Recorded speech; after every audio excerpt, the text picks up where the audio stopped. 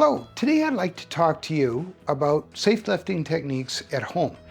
Well, a lot of people might not realize it. Honestly, a lot of workplace loss occurs at home because a lot of accidents occur at home. While you're checking out the description below for links for different courses and offerings we have in the way of safety training, I encourage you to have a look at the stats that I've also put down there as well for accidents that happen at home. What I want to talk to you today about, though, is safe lifting techniques and principles that you can practice at home to reduce injury. The very first one is how you store things. Ideally, you want the heaviest loads stored between the shoulders and the waist. So roughly on these two shelves. Now, the other question you might be asking is, how will we know what the heaviest weights are? Well, you're packing them. However, other people might pack them as well. So in your household, what I would recommend is that you label everything and give an approximation of the weight that you're going to be lifting. Because while you might know what you are packing, other people might not, and they might end up being caught unawares and lifting something possibly too heavy. Now, this is where we also want to get into the principles of storing other things that might be unsafe. For instance, things that are caustic or chemicals that might damage or injure you, you want to store between, once again, the shoulders and waist. You don't want to store them overhead because you run the risk of spillage and injuring yourself when you're moving them. The next thing is practicing safe lifting techniques when you're pulling things off the shelf. Now, you can take and lift something and squat down with it, and I'll talk to you a bit about that. But right now, I want to show you another trick. And that is, if you're going to pull something off of a shelf to unpack it, or decant it is another term, what you can do is you can put a box roughly the same size as the shelf that you're going to be, or the same height as the shelf you're going to be lifting from, and then practice what's called a lateral shift.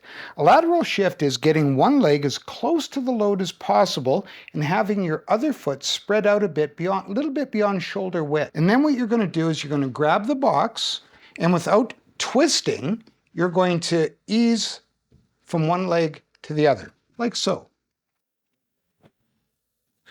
And then you're not running the risk of twisting at the waist and possibly injuring your back. The idea is you keep your back straight and you just shift the load from one leg to the other. You unpack the box, and then the principle, once again, is the same. You're going to start from one side and shift back. So the easiest way to do it is to tilt it slightly so it's sitting on the shelf. And then, once again, one leg shifting to the other. The next thing is pulling things off the shelf from a height like this. So what we're going to do is we're going to practice what's called an overhead, lower, and then lift.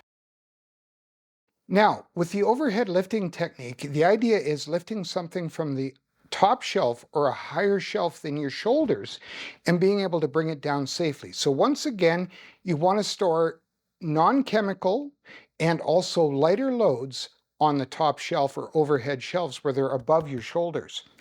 And so in doing this, the very first thing we have to do is test the load. So the very first thing I'm going to do is I'm going to test how heavy the box is by using my thumbs to lift it up. And my thumbs can move this easy, so this is a load that I can easily bring down to me. Now, the next thing I want to do is position my feet in something that's commonly called a boxer's stance, where one foot is in front of the other and the back foot is a bit sideways to brace for the load. So once I've tested the weight, I'm just going to ease the box back towards me so that it will pivot slightly on the shelf. Once I've done that, I'm in my boxer's stance, or my power stance, if you will, and I'm going to allow the box to come down and into my body, and at the same time, I'm going to bend my knees to take up the weight.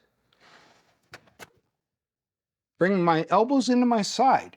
And then what I want to do is, with my feet slightly shoulder width apart, toes pointed slightly outwards, I want to keep my back straight and my head in a good neutral position, and then slowly squat down and lower the box to the ground. So what we'll do is we'll practice it in one fluid motion.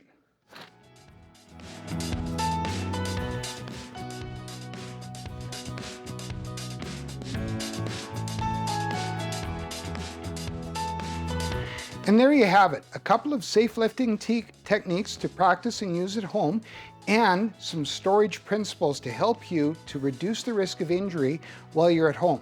We have to take care to give care in our industry, but taking care also starts at home.